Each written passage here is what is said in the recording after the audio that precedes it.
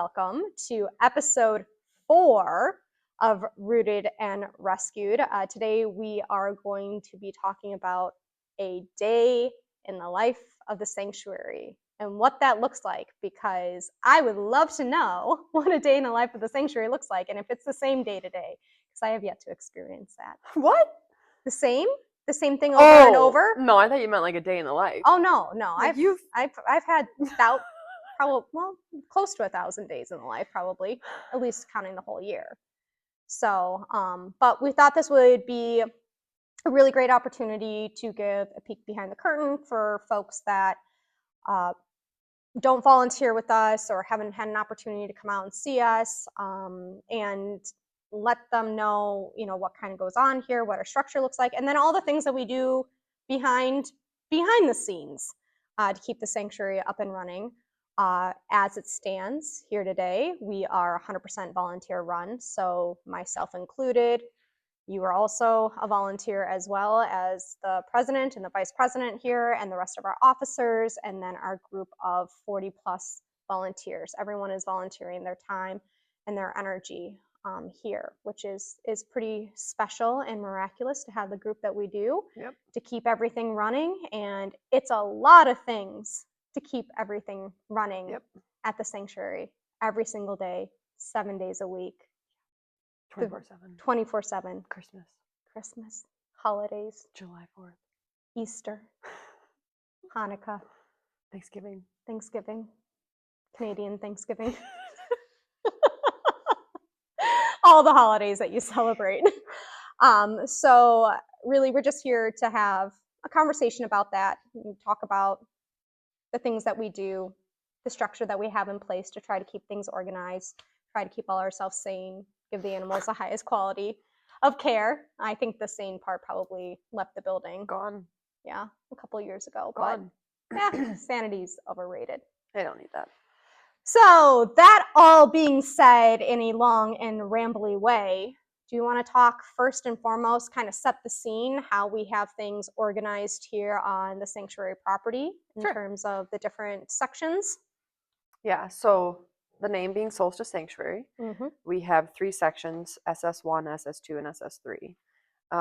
1 is the minis and the pigs. Yes. So when we talk about the minis, the pigs, essentially means AM and PM. We have a feed shift. So usually it's around 8 or it's around 4 to 5. You can come earlier, you can come later. And so minis and pigs would be feed, pick up manure, water, and then overall wellness, every time just checking wellness checks on everybody. And then in the summer, sometimes they go on grass. And then there's weather dependent. And, so like you're hanging hay bags and you're filling hay bags and you're feeding them. And so the way we have it set up is every animal has a feed bag. Yep. Besides the pigs, they have feed rations, and the goats, they have feed rations, but everybody else has a feed bag. So feed the minis and the donkeys, and then go to the pigs, feed the pigs. Sometimes it also includes filling the pig feed. So that would be SS1. Yeah. SS3 is the goats and Oakley. So putting the goats out, cleaning up after the goat stalls, feeding the goats, moving Oakley in with the goats, picking up after Oakley, and then the opposite at night. And Oakley is? Our steer, our longhorn steer. Yeah, our big guy. Yeah, who needs his feet trimmed soon. And then SS2, and the reason that's kind of backwards, like based on the layout of the property, is 2 came before 3, and so I was following you on the mental map, but that was a good call out there. Yep, I was literally walking the sanctuary grounds. Yeah, because it's like 1, 3, yeah. Yep. So then 2 is Josie, Opal, Catwoman, Cassia, and Cornelius and Seraphina right now up there in that group with the shelters outside. Yep. And that is manure, feed, hay, water, turnout. Do they go on pasture? Do they come off pasture? Fly masks on, fly masks off. And so usually I would say each of those sections is probably about a 45-minute section alone. Depending on your knowledge, your comfort, your experience. It could be shorter, it could be longer. Yep. And the way that the shifts work is people can do like the section alone. They can share it. They can team up with it. They really get to decide. And I think one part that's pretty cool is like the friendships that develop from the volunteering, I think is fun to see. Yeah. So that would be like a normal day in terms of just a feed shift Yep. of what that looks like, of taking care of 2 minis, 2 donkeys, 2 pigs, 7 goats, a longhorn, 4, 5, 6 horses, and then Katori and Irvin are part of the boarding facility in terms of they are turned out by the employee of the farm, but they are still paid for by the sanctuary. They just happen to have stalls. And where they're turned out and how it works out best, they're with boarding horses. So they get turned out with those boarding horses then. Yeah. Yeah. So that is it's a day in the life of a volunteer shift. Yes. If that makes sense. The morning and the afternoon. And then there are midday. There are things that happen there, but that's usually the employee of the farm, or yourself. Jane comes out a lot and does. Who's one of our amazing officers, comes out and does some care stuff. And like if we need to do lunch or. Yep. Yeah. Yep. She supports with that. So amazing. So I think that the other thing is like no day is the same, right? Yeah. Like one day it may be like, oh, we're out of pig feed. Oh, whoop, how, oh, okay, we got to go either run and buy a pig feed or we got to make the pig feed. Or it's, hay needs to be moved out for Oakley. Okay, well, we're trying to, switch something around for Oakley, so we're not going to do the hay, so we have to change the SOP for it with standard operating procedure. Correct. Whew. Nailed it. Sometimes it's a vet call in the middle of the day. So then it's generally who of the officers can attend the vet call. And then sometimes it's hauling a horse somewhere. Yeah. So generally, again, one of the officers hauling the horse somewhere for an emergent situation. Right. Or picking a horse up or picking an animal up or rescuing an animal. Right. I think some other little things day to day that kind of get lost is like moving a hay bale for the goats, or like stacking hay in the middle of summer for the animals. Yeah. Or fixing a fence, like Melissa the other day fixed the pig fence because there was metal pieces sticking out on the pig fence. Yeah, because they've been rubbing on it so aggressively. So there's just like random things that you're like, there's always upkeep, there's always little pieces going on, and I've told Bradley, my husband, before, I'm like, I feel like there's times where it's like you put out one little fire and then another fire starts. Yeah. And then there's a phone call or there's a text message or there's another message or there's a signal message, because all of our communication is through signal. Yeah. And so it's like I told my mom one time, I'm like, if I counted the amount of messages I answer in a day, either for the farm or signal or something, the amount of messages are absolutely wild. Right. Just because that, do we put a fly mask on? Is it raining? Is it not raining? Like there's so many choices to be made just day to day. Yeah. Seraphina's not eating. What do we do? Like things like that. Like there's so many, and everything could be going fine. And then all of a sudden it's like, hey, now Josie's, coughing or something. Right. Whatever it is. Or she ate a feed bag, like that happened the other day. So you just never know. Well, we're working with living, breathing beings, right? That are, things go awry, things happen. I mean, it's part of the operations, but it does make things sometimes a little less predictable, right? We can say this is the schedule, this is the routine that we're on, and the volunteers come and they show up and they provide, fantastic care for them. But there are so many scenarios that we're addressing them as we go. Yeah. We can plan for them, we can anticipate them, but ultimately there is a lot that is like, that has never been a problem because the weather has never behaved this way before. Like with flies. With this particular crew. Or this year, for example, flies. Flies are just the bane of our existence right now. It's been a terrible fly year. Anyone who is in anywhere remotely country or around animals just knows that this year is just absolutely horrendous. And so that has been an ongoing issue that we've been trying our best to address. How do you address a trillion population of something that is just destined to annoy you and every other being around you? So we do have like those routines and volunteers come in, but there's so many different things that happen and so many tiny interactions that are happening. One thing that I was sitting here thinking about is like, didn't even touch about making the feed bags and making the Yeah. feed. You Yeah. had mentioned making the pig feed, and I was like, oh, wait, we didn't even talk about that Yeah. as kind of a part of this weekly, daily routine. Yeah, is that there's the feed bags that are for each animal. I keep hearing the dog running up and down over there. I'm like, what is he doing? Another variable, another living being with its own agenda. Yeah, the feed bags are made, and so volunteers come out and make feed bags with the recipe for each animal. Yeah. So sometimes those are shift volunteers, sometimes those are their task is to make feed bags, their responsibility is to make feed bags. So it just depends on the responsibility, what their capacity to volunteer is. Mm-hmm. But those are fed twice a day. Yeah. For most of them, some of them are once a day. But then like the goat feed and the pig feed needs to be made because we make it in Yep. terms of combining bags or adding things or removing things because of the quality of the whole foods type diet that we want to have. Yeah. And I'm trying to think, there's always so many things like, oh, mowing pastures or putting up fencing or Clearing snow. If it's going to rain, where do they go? What needs to be washed? If it's going to storm, who goes where? If it's frigid cold outside, do we bring them in? Do we not bring them in? And when do we blanket? When do we not blanket? Yeah. And I think it's one of those things where it's like, it may not seem like a lot, but it can be so mentally exhausting to like constantly have to answer questions in your mind. Yes. Do you know, like, yep. Should I bring them in? Should I not bring them? Should we do this? Who are we gonna go here? And it's like a constant evolving of these questions. And so then when you're like, okay, we gotta figure it out. Oh, the vet's coming out.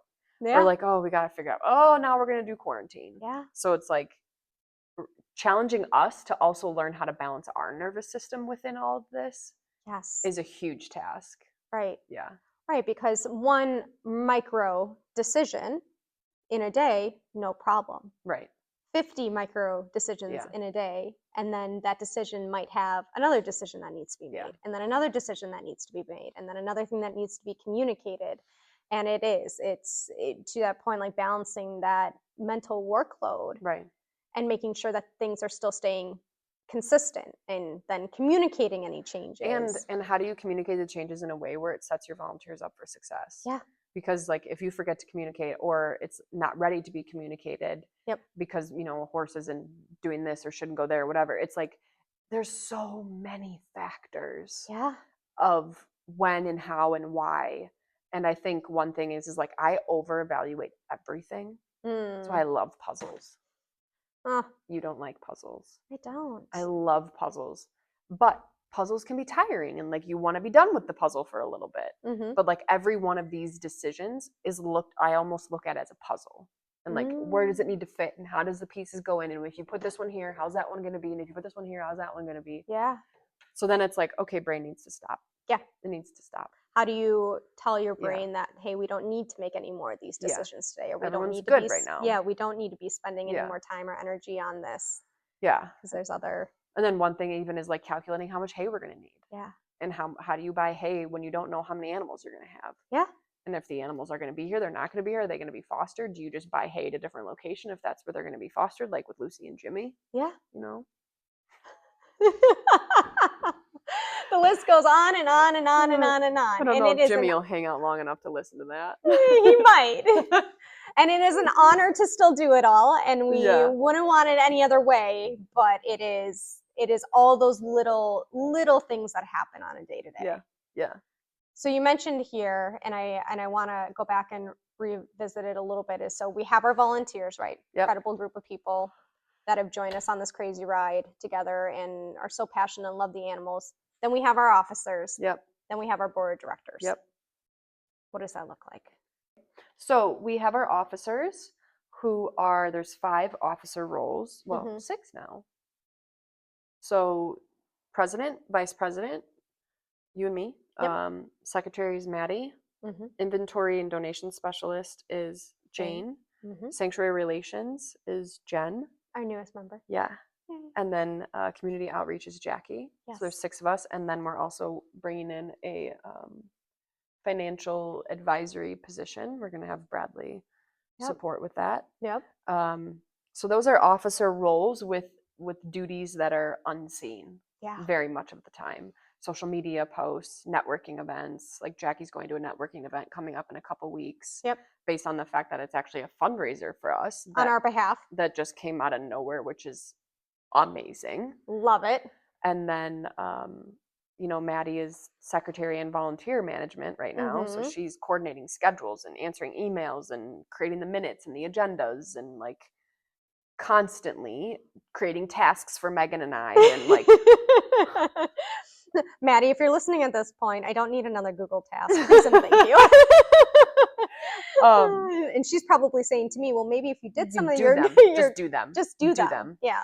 Yeah. So it's little stuff like that, like Google Docs, Google Sheets, Google Drive, Google. I've never used so much Google in my lifetime. Yeah. And I've also never felt like I was inept with technology until Maddie started doing these things. And then I was like, how do I access the test? It's an app. Yep. It's an app. I just wanted to be like, listen. I know the age gap isn't huge, but it's enough. You have some aging millennials here. Like break it down. Yes. Yeah. So, and then like Jackie, like I said, with going to events and social media posting and networking and and then Jen just coming on and supporting more of our volunteer base and giving them the attention and the energy that they need and they desire and are more than worthy of. Right. So, and then Jane is constantly at work keeping up with the inventory. What do animals need? Does she need to go to the feed store? Does the feed need to be delivered? Does Seraphina need new bags? Communicating with people about feed bags. So Jane is constantly here doing tasks and things that are very unseen because she's here in the middle of the day. Right. Holding for the farrier. Yep. Holding for the farrier, holding for the vet. So that's one of those things where like the amount of time she's putting in, it's very unseen. Yeah. And then for you and Maddie and I as directors, there's also the meetings, very clear monthly board of director meetings. There's voting that takes place. There is more time and energy than I ever desire with taxes in my life, ever. For state registrations, if you're a charity. Yes, we have learned a lot and as a that new is organization. A hot mess. Yeah. Filing taxes, things like that like the amount of time that goes into just communicating about those. I've had 3 phone calls this week just about the Illinois state registration. Yeah. So things that you don't see, and when you start a nonprofit, you never think that you're going to have to be concerned about how much money you raise in a state to see if you need to be certified to solicit for donations in that state. The things they don't tell you. And then each year you're going to have to refile a form to say I'm still registered in the state. Yeah. So it's fine. It's good, right? It keeps everybody honest and on track. It's accountability. It's systems that we do love and appreciate to see, right? As people who are very charitable in our own rights, but just understanding that. But as a nonprofit, again, being volunteer run and everything like that, but just in general with like nonprofits and just the way that the entities are set up and navigating all that and the resources that it takes, because we do have to pay for lawyers and accountants, attorney, accountant, bookkeeping, just to make sure that we're, and then facilitating all those calls and making sure that all those things are going to the right places and the right information and being filed at the right time. Insurance. Ugh, don't. The world of insurance. Even go there.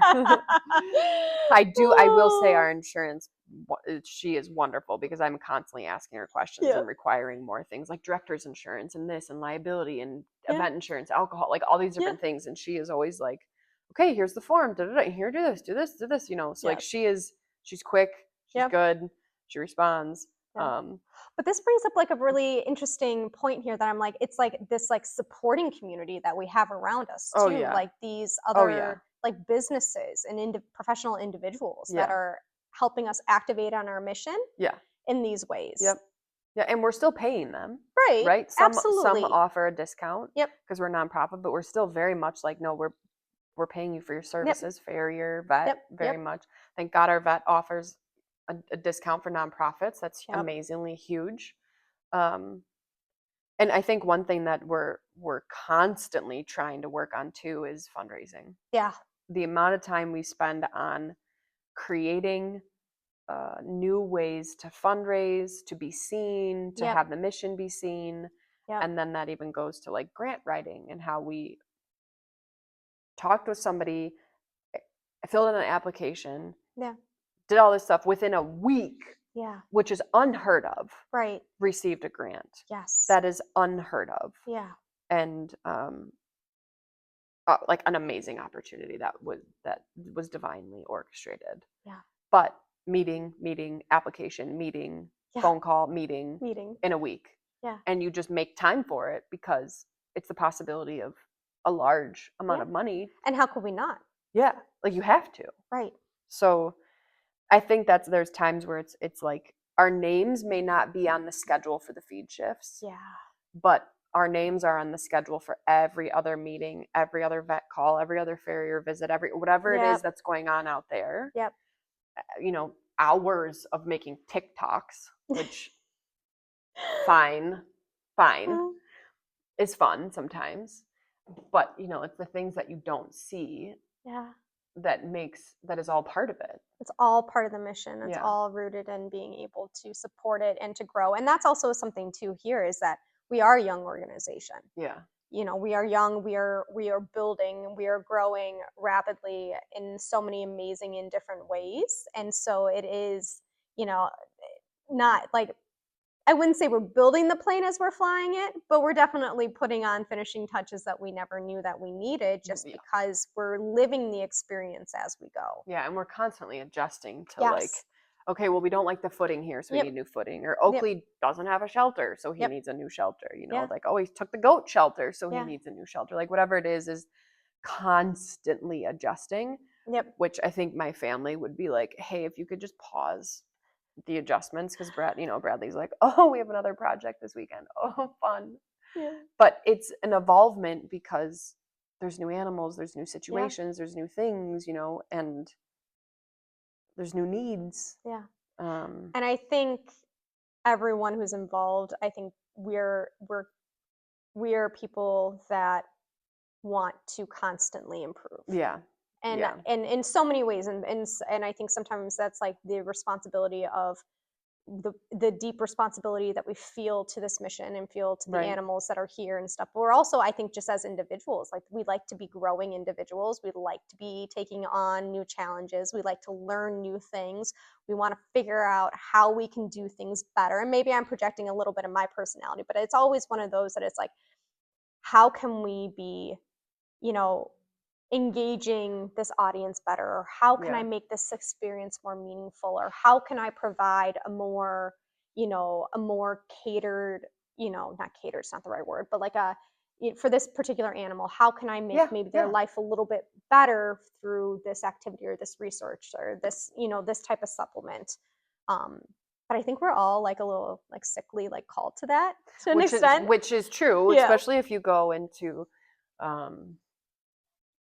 like if you go into the gene keys, Yeah. which is like not astrology, but it is astrology, and it's not human design, but it's like all of that. Mhm. One of my gene keys is the desire for more. Yeah. If I'm in the shadow side of it. Mm. So being able to honor what you already have Yeah. is like is the way out of mine. So like the higher side of mine. So there's times where I have to reflect and be like, ooh, am I operating in the shadow side of like needing more? Yep. Versus am I like witnessing and honoring that right now is everything I have is already enough. Yeah.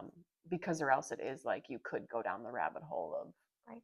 always needing more. And that's why our human healing side of things, of our organization and our mission, is so important and crucial too, right? Yeah. And holding space for that. Yeah. Because we have that awareness and we know how important it is to be connected to our intuition and connected in our bodies and present and in participating in that self-discovery and that journey and understanding. And for our community too, and we see that we've benefited from it, and we see the benefits for others. And that's, again, like we've talked a lot about, like, what's a day in the life of the sanctuary. We focused a lot It's on very literal of what's here. Yeah, of what's here. And some of that is organizing this room for a sound bath. Right. Organizing this room for the flower crown event. Yeah. You know, like building community. Yep. literally coming up here and planning the next event for Canali's cause and how it's going to look and where it's going to set up, and then also creating space for meditations on Mondays up here and making sure it's clean. And so the human side of it, which is not as seen as much, is constantly being planned, even like Catwoman visits. Yep. Where's Catwoman going? When is she going? How is she feeling? Who's hauling her? Who's walking her around? What's the communication? Like all those different pieces of Catwoman going places. Yeah. Coordinating with those sites, letting them know what to expect, what the visit's going to look like for them, making sure that we're aligned with the needs of the participants at that site so that the visit is meaningful for everyone involved. It's, yeah. And that whole piece of it, the human healing and that journey there. Yeah, it's a lot, but it's wonderfully a lot. And I think one thing that I've always been extremely grateful for is the level of commitment of our volunteers. Yeah. Is wild to me. And I've said this to you, I think I've said it to a lot of people, and I'll say it here now. I've worked in the nonprofit space. I've worked as a volunteer manager as a profession in a past life, and the volunteer base here, the dedication, the level of communication, the wanting to learn, and the deep investment in the care of the sanctuary and being good stewards of it is exceptional. Yeah. It is an exceptional group of people. Just the level of consistency that is brought and by our volunteers and showing up every single day, this is truly, and I'm not just saying that because I'm sitting here, I genuinely will say this is the best group of volunteers that I've ever had the pleasure of working with. And that's not to say anyone else, there's different circumstances, but it is just truly, this group is so unique.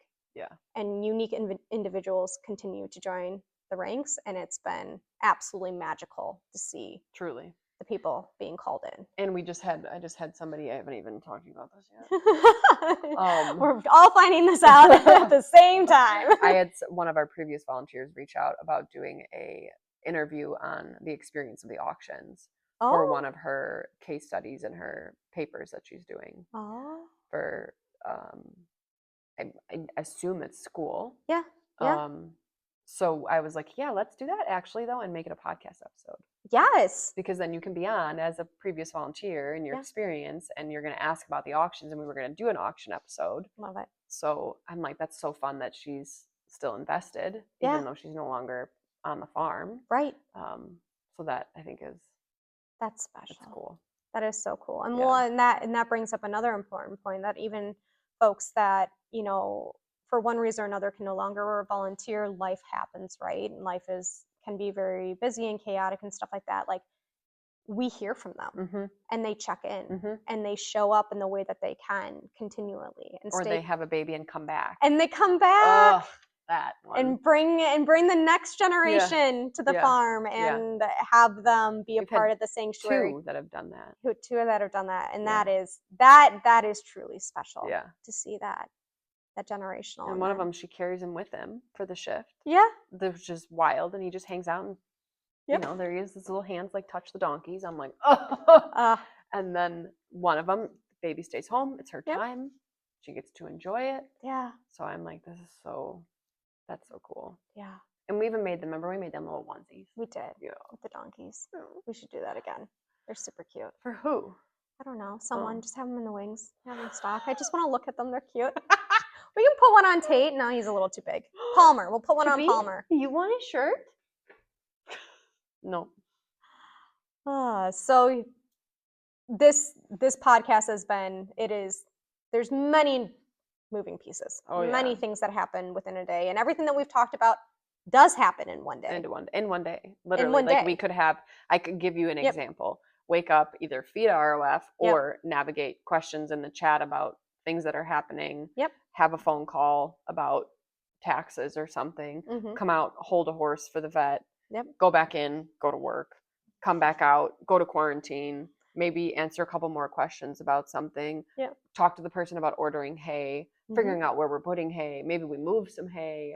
And then, oh, the fence is down. Okay, so we got to go fix the fence. Okay, now the fence is fixed. Okay, now we're going to start putting Seraphina on grass. We need Yeah. to video how to put Seraphina on grass so then we can make sure the volunteers are comfortable Yep. because that's a big deal, putting her Yes. out on grass. Oh, we're going to change her feed. So now we have to update the feed. Now we have to update the SOP. It's so good.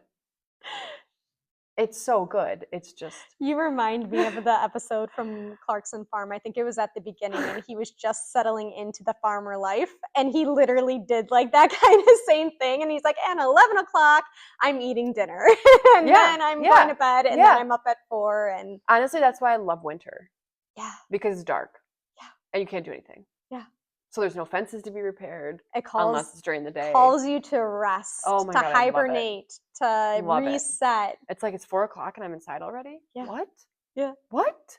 Well, we haven't even talked about that quite literally, about the changing of the seasons and how everything looks different in the changing of seasons. Yeah, and like they come off pasture, they go into dry lots. Is there enough space for dry lots? Yeah. And then the feed changes. Now everybody's on hay. Do you have enough hay to make it through the winter? Yeah. Do you have frozen water buckets that need to be changed, or the heated water buckets so the water buckets don't freeze, so you change the water buckets out. Yeah. So I mean, it is put all the fly gear away, clean all the fly gear, bring the fly gear back out. Yeah. Like it is, and then make decisions in winter. And the decisions in winter are hard. They are. Because a lot of people judge based on the animals being outside, but they don't have the information that some of the times when the animals get stuck inside, they'll colic. Yeah. Which is a digestive issue because they're not used to being inside. So the decisions that we make are constantly in the highest good of the animal, with the understanding that the highest good of the animal has to be served by volunteers who need to be able to manage the highest good of the animal. Yeah. So it's this constant circle, like the solstice, yeah, of these decisions that are being made, constantly over evaluating every choice that's made. Right. So that's something else that I think doesn't get to be seen, is the assumption of why decisions are made the way they're made. Yeah. And they're always made with all of the factors in mind of what is that going to impact? Who is that going to impact? Yeah. How is that going to come out on the other end? So like, how long are we going to be doing this for? What is the urgency around it? Do we have enough supplies? Do we not have enough supplies? How are we going to source the supplies? And also, like, let's say we have to update Oakley's hay, and we're putting Seraphina on grass, and we change an SOP, and Opal no longer gets a fly mask. Yeah. How do you send 4 updates in the chat in one day and then expect people to understand it? Right. You can't. No. That is information overload. Yeah. So then you have to evaluate, okay, what is more important? Who gets it when? How do you do you kind of just wait a little bit and then send it? So it's stuff that sometimes you're like, what? And then you have me over here coming into the chat. Hey guys, by the way, we have 5 fundraisers going at once. Yeah. Because that's the other reality that we didn't touch on. Yeah. Is you doing all of the behind the scenes of the Network for Good, which is our fundraising platform. Yeah. And the branding and the messaging and the invitations. Yes. And the like all of the really pretty digital work that's done. That's why now if I try to do something, I just expect it's going to be told that it's terrible. I don't even try. I'm like, we need a post about this. Yeah. Send it my way. Do it. Yeah. No. And I'm also at the point too where I'm just like, we got good standards. People I need to know how to like implement those. Yeah. Like the color and the font and all that kind of stuff. Or I just don't. I just don't. I got it handled. Yeah, we're But good. It would be nice to like brand it even on our stories. Yeah. Like if I'm putting up a story, the color tone. That font. Could be, hey, I'll even do a podcast on that. It'll be you and I, and it'll be me walking you through how do you implement brand standards across your platforms to create a consistent brand experience. Hello, everyone. Welcome to Megan Pirelli's. Do you see this dog right here? That would be me. Oh, I can't see him. He's passed out. Oh, well. If you tried to explain brand standards to me, I would be like, Megan, listen. This is brown. Yeah. And you would be like, no. No. This is a taupe. And I'd be like, I'm out. I'm out. You're selling yourself short, and I understand the meanings behind it. Yeah. Yeah, there is nonprofits. There is so much that happens to keep them up and running and keep the mission going, and it is a business. It is a different tax status. Yes, we're very mission oriented and everything like that, but there's almost this extra layer here in terms of like accountability and responsibility. And then on top of that, we have a nonprofit that is focused on keeping other souls alive who need care every single day and attention every single day in order for them to thrive. We're in the 60s, I think. In the 60s. How many beating hearts I say we take care of. Wow, at the farm. So I'll just throw out a really, really, really triggering topic Yeah. right to end this. This is our most chaotic one so far. People are going to be listening to this and be like, oh, they need to like start writing like lists and organize. We are far more organized than this is the authentic part of it. Yes. This is why I don't have kids. Yeah. Because there's 60 hearts on this farm to take care of. Yeah. That's enough. That's enough. That's enough. Enough hearts. Yep. That's good. I'm good. I'm good. I mean, at this point, would you notice? Another one? Yeah. Yes. Oh. Yeah. Yeah. I know. Nope. It is. Yeah.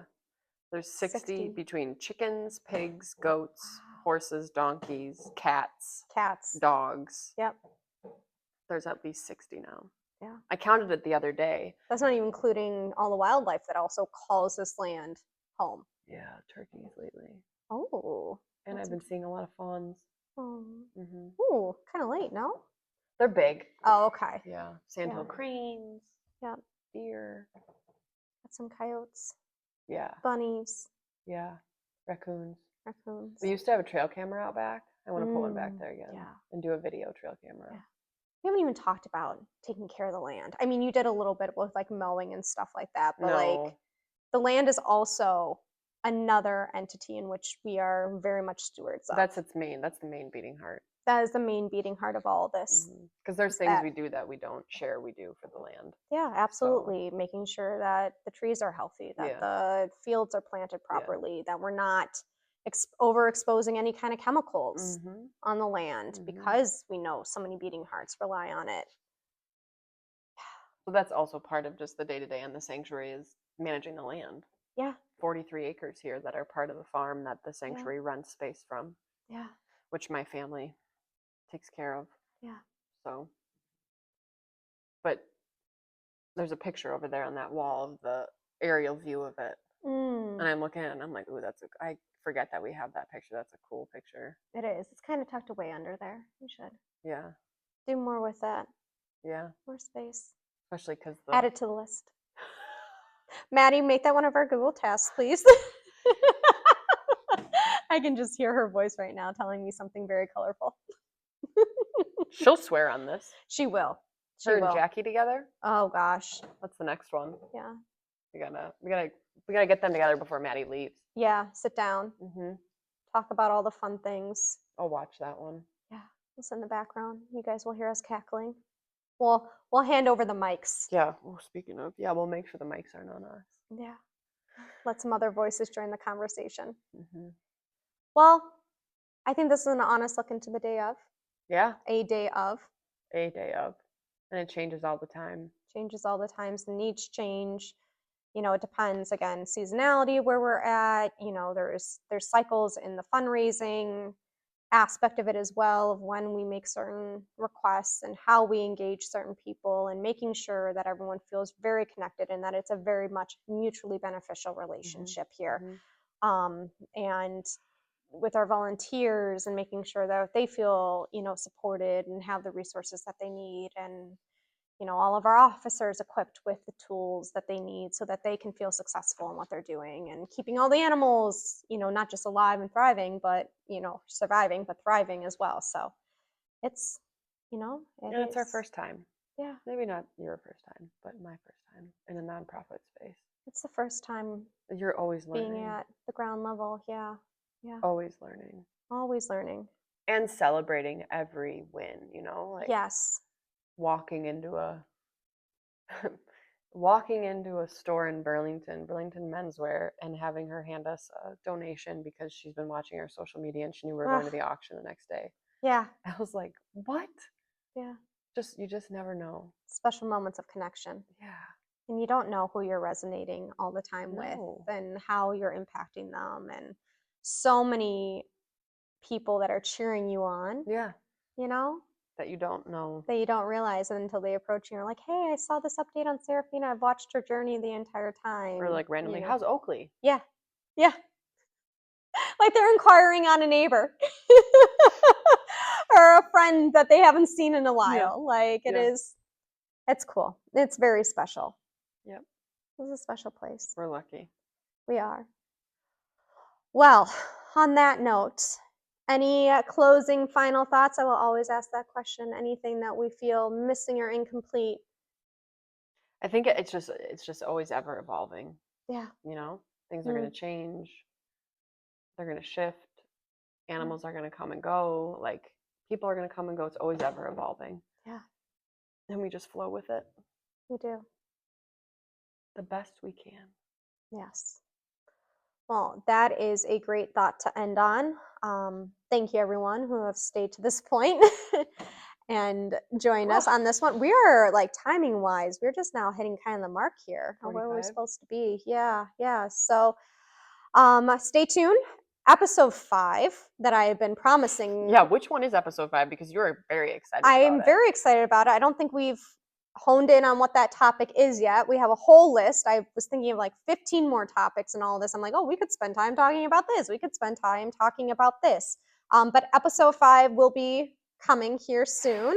We'll decide what that will be. Hopefully, we will have some other voices during the conversation here. Probably, I would love for it to be Maddie and Jackie Yeah, and then we coming should in. do that one next. Yeah, Maybe have that's that why one you're next. excited about it, because you know you're gonna watch. Yeah, and laugh. And that one we're gonna put some like, this may be inappropriate. Yes, Get there's ready. definitely going to be some little warnings. TVMA. Yeah. Not suitable for kids when I put it on YouTube. Yeah. So, all right. Well, thank you. You've been listening to and maybe watching Rooted and Rescued. Rescued and Rooted. You had it. You had it. You had it. Oh. You had it. All right. Until next time, my friend. Okay. Bye.